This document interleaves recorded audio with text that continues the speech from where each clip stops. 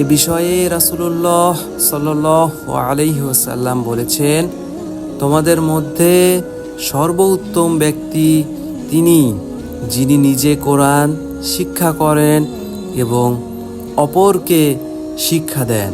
সহিহ আল বুখারী 5027 নম্বর। 5 নম্বরে হচ্ছে সেহরি খাওয়া। সেহরি খাওয়ার মাধ্যমে বরকত রয়েছে এবং সিয়াম পালনে এটি একটি গুরুত্বপূর্ণ বিষয়। হাদিস শরীফে বর্ণিত হয়েছে, রাসূলুল্লাহ সাল্লাল্লাহু আলাইহি ওয়াসাল্লাম ইরশাদ করেছেন, তোমরা সেহরি খাও, কেননা সেহরিতে বরকত রয়েছে।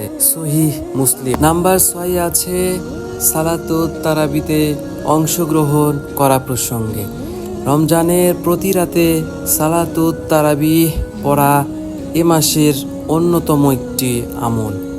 তারাবি পড়ার সময় তার হক আদায় করতে হবে। হাদিস শরীফে ইরশাদ হয়েছে, যে